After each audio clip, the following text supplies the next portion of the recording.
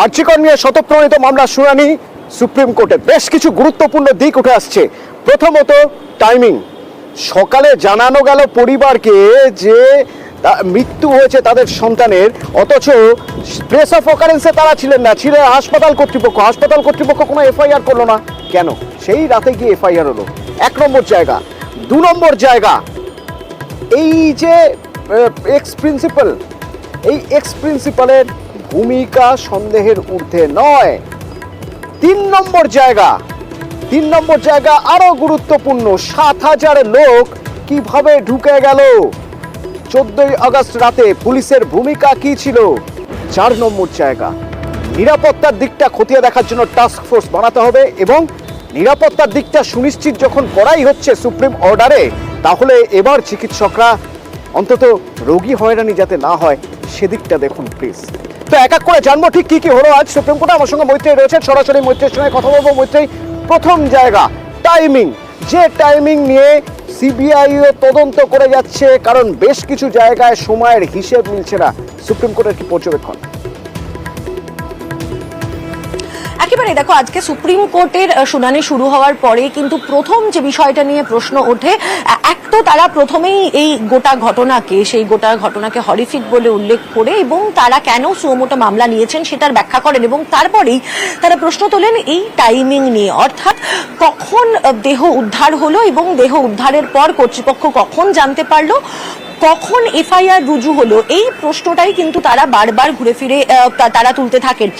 প্রথমে রাজ্যের তরফ থেকে আইনজীবী কপিল সিবাল তিনি বলেন যে মামলা রুজু হয়েছিল, প্রথমেই একটা ইউডি কেস রুজু হয়েছিল, কিন্তু সুপ্রিম কোর্ট ইউডি কেস অর্থাৎ আনন্যাচারাল ডেথের যে মামলা, সেই মামলাকে তারা গুরুত্ব দিতে নারাজ। তারা বলছেন যে এটা যে খুন, সেই খুনের ঘটনার জন্য যে এফআইআর সেটা কটায় রুজু হয়েছিল, এবং তারপরে জানা যায় যে এই এফআইআর রুজু হয়েছিল রাত 11:45-এ। এখানে দাঁড়িয়ে সুপ্রিম কোর্টের প্রশ্ন একের পর এক। প্রথম প্রশ্ন তাদের যে পরিবারকে জানানো হলো কখন এবং সেটা জানালেন কে এবং কি জানানো হলো? পরিবার যখন আসলো তখন তাদেরকে দীর্ঘক্ষণ কেন দেখতে দেওয়া হলো না এই তরুণী চিকিৎসকের দেহ? ময়নাতদন্তের পর কখন পরিবারের হাতে দেহ তুলে দেওয়া হয়েছে? এবং তখনই রাজ্যের তরফ থেকে জানানো হয় যে 8টার কিছু পরে ময়নাতদন্তের পর দেহ হস্তান্তর করা হয়েছিল পরিবারকে। তারা বলেন যে ময়নাতদন্তের পর পরিবারের হাতে দেহ হস্তান্তরের পরেও 3 ঘন্টা লেগে গেল এফআইআর করতে। ফলে এই টাইমিং যে হাসপাতাল কর্তৃপক্ষ করেনি, করেছে ওই মৃতের পরিবার করেছে। এখানেই তো সবচেয়ে বড় একটা জায়গা, সবচেয়ে গুরুত্বপূর্ণ জায়গা। হাসপাতাল কর্তৃপক্ষ বলতে আমরা কি বুঝি? আমরা বুঝি হাসপাতালের মাথায় যিনি আছেন, সে সময় মাথায় কে ছিলেন? সন্দীপ ঘোষ। সন্দীপ ঘোষ প্রসঙ্গে সুপ্রিম কোর্টের কি পর্যবেক্ষণ? দেখো, সন্দীপ ঘোষের বিষয়ে কিন্তু বেশ কিছু প্রশ্ন এদিন সুপ্রিম কোর্ট তোলেন। যেমনটা তুমি বললে যে একেবারে হাসপাতালের প্রশাসনের মাথায় থাকেন সন্দীপ ঘোষ, এবং লিগালি সেই সময় কিন্তু যখন তার পরিজনেরা অনুপস্থিত, সেই পরিস্থিতিতে দাঁড়িয়ে একজন ছাত্রীর লিগাল গার্জিয়ান কিন্তু অধ্যক্ষই। ফলে সেক্ষেত্রে এই প্রশ্নটা ওঠে যে লিগাল গার্ডিয়ান হওয়া সত্ত্বেও তিনি কেন এফআইআর রুজু করলেন না, পরিবারের জন্য কেন অপেক্ষা করলেন? যদিও জানানো হয়েছিল যে হাসপাতাল এবং পরিবারের তরফ থেকে দুটি আলাদা এফআইআর করা হয়েছিল, কিন্তু সবকটি করা হয়েছিল রাতে। যখন দেহ উদ্ধার হয়েছে সকালে, তখন এফআইআর কেন রাতে করা হলো এবং অধ্যক্ষ কেন রাতেও এফআইআর করলেন, সেই প্রশ্ন তুলেছেন তারা। একই সঙ্গে সুপ্রিম কোর্টের আজকের দ্বিতীয় প্রশ্ন যে এই সন্দীপ ঘোষ তিনি পদত্যাগ দেওয়ার কয়েক ঘন্টার মধ্যে তিনি আরেকটি মেডিকেল কলেজের অধ্যক্ষ হিসেবে তিনি বসে গেলেন, এবং সেটা কিভাবে সম্ভব হলো? ফলে এই যে প্রশ্নটা হাইকোর্টে উঠেছিল যে কতটা ক্ষমতাশালী সন্দীপ ঘোষ, সেই প্রসঙ্গ যখন উঠেছিল, এই আজকের সুপ্রিম কোর্টের হিয়ারিং এও কিন্তু সেই বিষয়টা কোথাও একটা গিয়ে উঠে আসলো যে সন্দীপ ঘোষের আরজি কর প্রসঙ্গে কথা বলতে গেলে 2টো দিনের কথা মনে আসবে। 2টো দিন, 2টো প্রেক্ষিত একটা আরেকটার সঙ্গে সম্পৃক্তভাবে জড়িয়ে রয়েছে।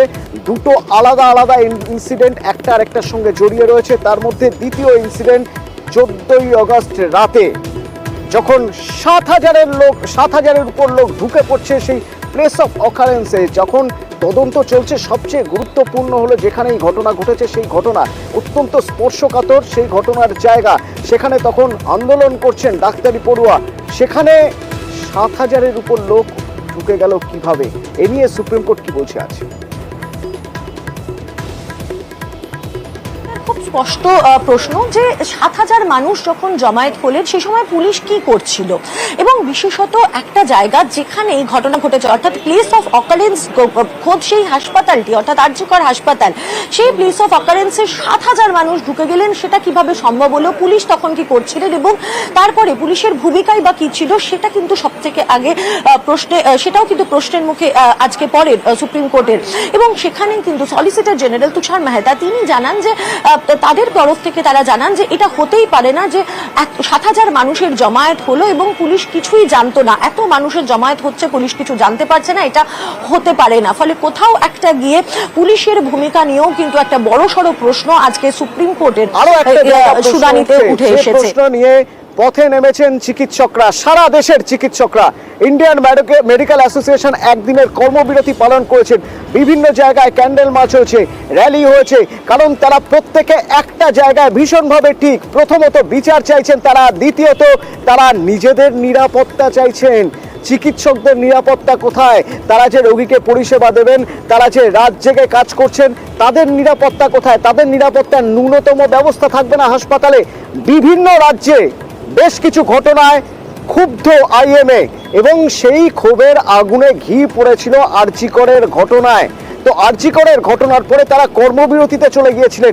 চিকিৎসকদের নিরাপত্তা প্রসঙ্গে আজ সুপ্রিম কোর্ট কি বলছে?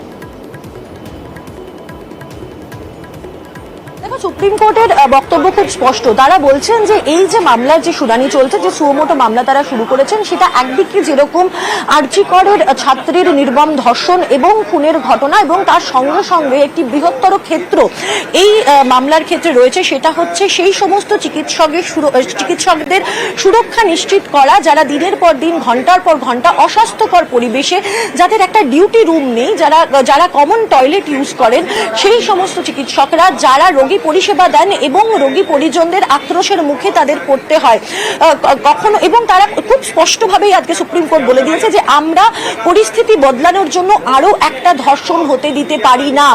একই সঙ্গে মহিলাদের কর্মক্ষেত্রে যে ইকুয়াল রাইটস রয়েছে, অর্থাৎ একজন মহিলারও তার কাউন্টার পার্টের সঙ্গেই কাজ করতে যাওয়ার এবং সুরক্ষিত কর্মক্ষেত্র পাওয়ার যে সমান অধিকার রয়েছে, সেই কথা আজকে সুপ্রিম কোর্ট উল্লেখ করেন। এবং তারা বলেন যে এই সমান অধিকার দেওয়াটার, সমান অধিকার পাওয়ার যে অধিকার, সেটা নিশ্চিত করতে হবে। এবং সুপ্রিম কোর্ট মনে করছে যে সুরক্ষা নিশ্চিত করার জন্য যে কিভাবে এই অধিকার সুনিশ্চিত করা যায়, সমান অধিকার সুনিশ্চিত করা যায়, নিরাপত্তা দেওয়া যায়, আর তার কোনো পথ বাতলে দিল কি আজ সুপ্রিম কোর্ট? একেবারেই দেখো, সুপ্রিম কোর্ট আজকে একেবারে টাইমলি যাতে কোনো সুরাহা বেরোয় তার পথ বলে দিয়েছে। সুপ্রিম কোর্টের তরফ থেকে একটি ন্যাশনাল টাস্ক ফোর্স গঠন করা হয়েছে আজকেই, যাতে 10 জন সদস্য থাকবেন, তাতে বিভিন্ন ক্ষেত্রের বিশিষ্ট চিকিৎসকরা যেরকম থাকবেন এবং তার সঙ্গে সঙ্গেই থাকবেন ক্যাবিনেট সেক্রেটারি এবং স্বাস্থ্য সচিব, কেন্দ্রীয় স্বাস্থ্য সচিব, এবং তার সঙ্গে সঙ্গে থাকবেন এনএমসি অর্থাৎ ন্যাশনাল মেডিকেল কমিশনের চেয়ারপারসন। তারাও এই কমিটিতে তারা উপস্থিত থাকবেন। আগামী 3 সপ্তাহের মধ্যে এই কমিটি একটি প্রাথমিক রিপোর্ট দেবেন যে কোন কোন জায়গায় সুরক্ষার ক্ষেত্রে লুপহোলস রয়েছে এবং সেই জায়গায় সুরক্ষা সুনিশ্চিত করার জন্য কি কি পদক্ষেপ করা উচিত, সে বিষয়ে সুপ্রিম কোর্টকে একটি প্রাথমিক রিপোর্ট তারা 3 সপ্তাহের মধ্যে দেবেন এবং 2 মাসের মধ্যে চূড়ান্ত পূর্ণাঙ্গ রিপোর্ট তারা দেবেন। সেই রিপোর্ট পাওয়ার পরে কিন্তু সুপ্রিম কোর্ট পরবর্তী পদক্ষেপ নেবে। তবে তিনি আজকে আশ্বস্ত করেছেন সমস্ত জুনিয়র ডাক্তারদেরকে, সুপ্রিম কোর্টের প্রধান বিচারপতি, যে চিকিৎসকদের সুরক্ষা নিশ্চিত করা তাদের প্রথম প্রায়োরিটি এবং সেই সুরক্ষা নিশ্চিত করার জন্য যা যা করণীয় সেই সমস্ত কাজ তারা করবেন, সেই সমস্ত করণীয় করা হবে। আশ্বাস মিলেছে চিকিৎসকদের। ঠিক ঠিক ঠিক এই জায়গাটাই ধরতে যাচ্ছিলাম, যে সুপ্রিম আশ্বাস মিলেছে। এবার চিকিৎসকদের অন্তত সাড়া দেওয়া উচিত রোগীদের ডাকে। কর্মবিরতি তারা করেছেন তাদের ন্যায্য অধিকারের দাবিতে, কিন্তু তার জন্য সব আউটডোর বন্ধ হয়ে গিয়েছিল। দূর দূরান্ত থেকে, প্রান্তিক পার থেকে যারা আসছেন চিকিৎসা পরিষেবা পেতে, শুধু আমাদের রাজ্য কেন, দেশের বিভিন্ন হাসপাতালে তারা ফিরে যাচ্ছেন। অপেক্ষা করে থাকতে হচ্ছে, হাসপাতাল চত্বরেই থাকছেন, কারণ তাদের অনেকেরই হয়তো সেই টাকা কড়িও নেই যে তারা বাইরে কোথাও হোটেল ভাড়া করে থাকবেন। তো তাদের তো পরিষেবা দিতে হবে। তা নিয়ে আজ সুপ্রিম কোর্ট কি বলল? অতএব সুপ্রিম কোর্ট আজকে খুব স্পষ্ট করে বেশ কয়েকটি ঘটনার কথা তারা উল্লেখ করেছেন। তারা বলছেন যে একাধিক এরকম হাসপাতাল রয়েছে ইনক্লুডিং এইমস নয়াদিল্লি, যেখানে একবার অ্যাপয়েন্টমেন্ট পাওয়ার জন্য প্রায় 2 বছর ধরে অপেক্ষা করতে হয়, এবং যদি একবার সেই আউটডোরের অ্যাপয়েন্টমেন্ট ডেট মিস হয়ে যায় তাহলে সেই রোগীর চিকিৎসা আরো 2 বছর পিছিয়ে যায়।